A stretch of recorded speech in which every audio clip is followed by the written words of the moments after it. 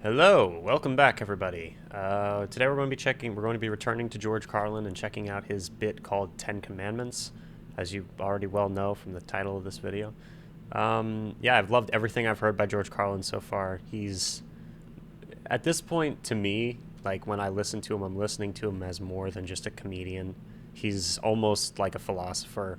I find him to be extremely intelligent, even if I don't always agree with everything that he says. He always makes me think, and I really appreciate that, you know? So yeah, just there's so many layers to his work, and I really like listening to it. So thank you to all the support you guys have given me on the other videos I've done reacting to his work. It means a lot. If you're new to the channel, my name is Daniel, and here we normally react to music, but I guess this is not music, so we react to stuff, and I try to figure out what's going on and what it means to me, give some thoughts and comments, but also normally we'll do research on what the artist intends with what they're saying. We'll read the comments and just have a good time. If that sounds interesting to you or you like this type of content, consider subscribing.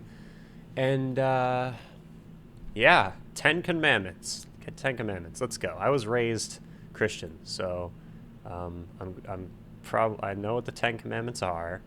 Let's see what his take on them is. Well, folks, here's something else I got a problem with. The 10 Commandments. Here's my problem. Why are there 10? You don't need 10. I think the list of commandments was deliberately and artificially inflated to get it up to 10. It's a padded list. Here's what they did. About 5,000 years ago, a bunch of religious and political hustlers got together to try to figure out how to control people, how to keep them in line. They knew people were basically stupid and would believe anything they were told, so they announced that God had given them some commandments. Up on a mountain, when no one was around, God had given them the 10 Commandments. But let me ask you this. When they were sitting around making this shit up, why did they pick 10? Why 10? Why not 9 or 11? I'll tell you why. Because 10 sounds official. 10 sounds important. Sounds like a they good knew if it was number. 11, people wouldn't take it seriously. Say, what, are you kidding me? The 11 Commandments? Get the fuck out of here.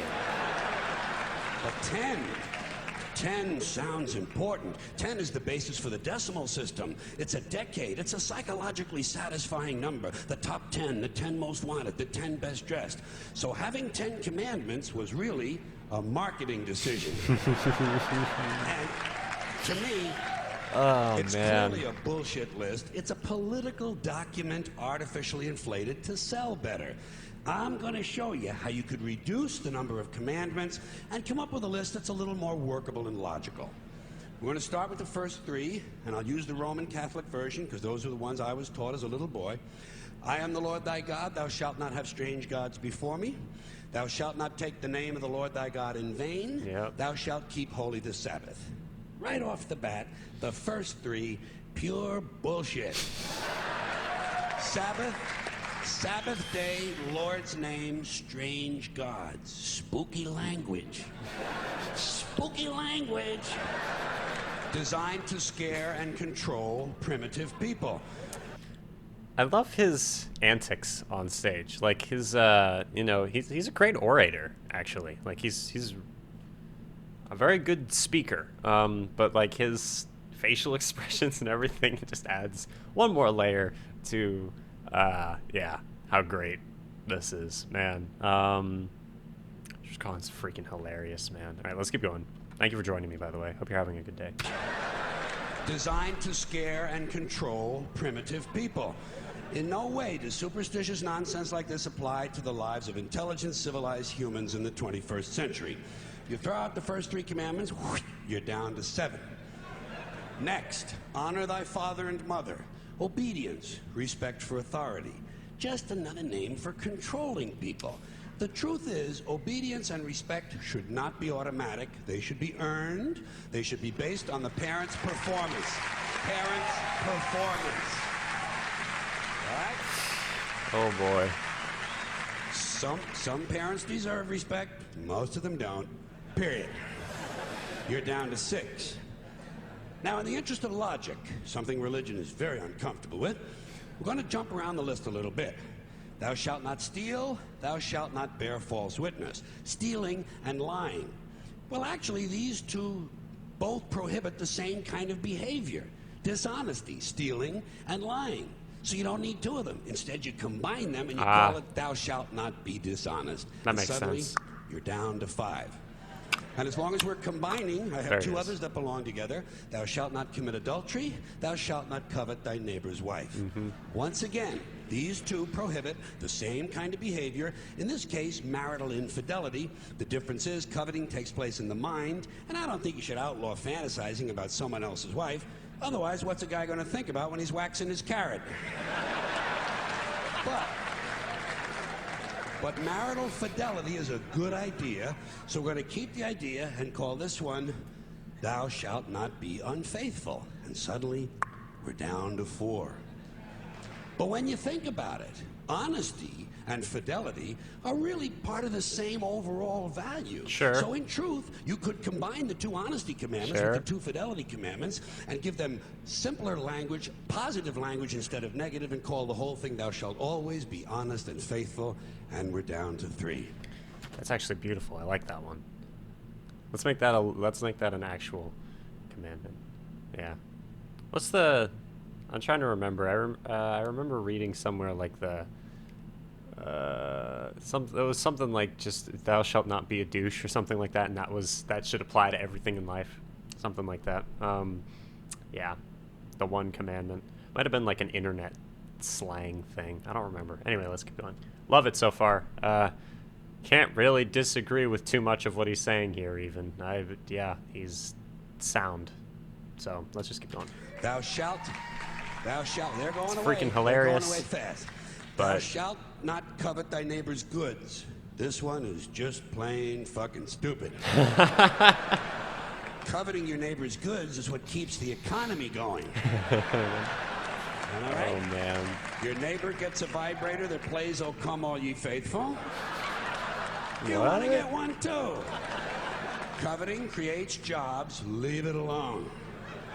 You throw out coveting, and you're down to 2 now: the big honesty and fidelity commandment, and the one we haven't talked about yet: "Thou shalt not kill." Murder. The 5th commandment. But when you think about it, religion has never really had a big problem with murder. That's very, very, very Not true. really. More people have been killed in the name of God than for any other reason. All you have to do... Thou shalt not kill. Except the Crusades happened, and yeah, actually, there's I remember once my parents said something to me along the lines of like, "There's stuff in the Bible that we would never let you read if it wasn't for the fact that it was in the Bible." I think that was like, there was a verse about like prostitution or something, and I was like 8 and had no idea what that meant, and I asked about it. I don't think they told me what it meant either, but that's what they said. I think that's what my dad said. And yeah, I remember that specific phrase, you know, of there's a lot of things in the Bible that we wouldn't let you read if it weren't for the fact that they were in the Bible. Weren't. But yeah, there's a whole lot of violence. There's actually a whole lot of exactly what the 10 Commandments are against from the people who are... But I mean, I guess that's the point, kind of, when it comes to people falling short of the glory of God or whatever. But yeah, a lot of them could be pared down a bit. And yeah, I don't really believe in organized religion anymore that much.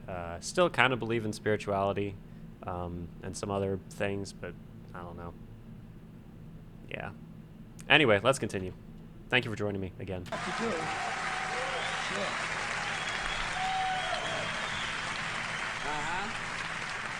All you have to do is look at Northern Ireland, the Middle East, Kashmir, the Inquisition, the Crusades, and the World Trade Center to see how seriously the religious folks take "Thou shalt not kill." The more devout they are, the more they see murder as being negotiable.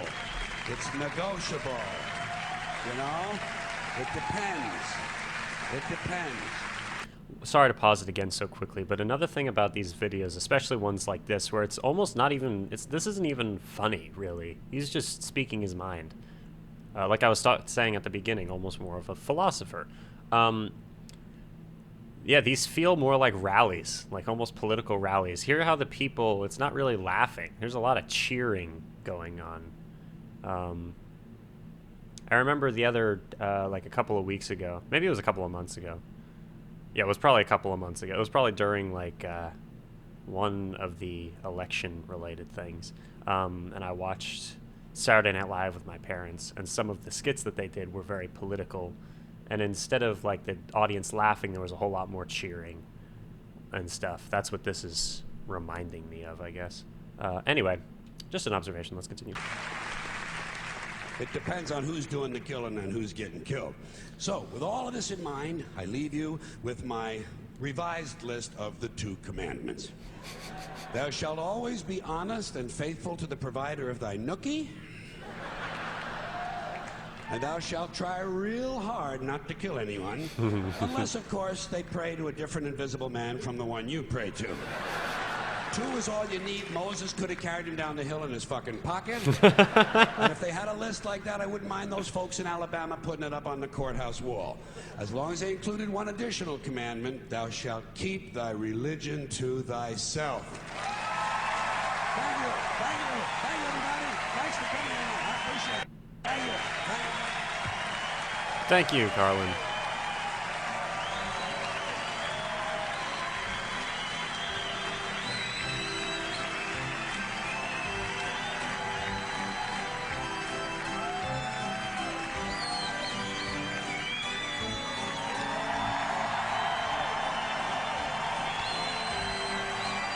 I'm glad that we have videos like this, you know? I would have liked to have met him, or seen him live.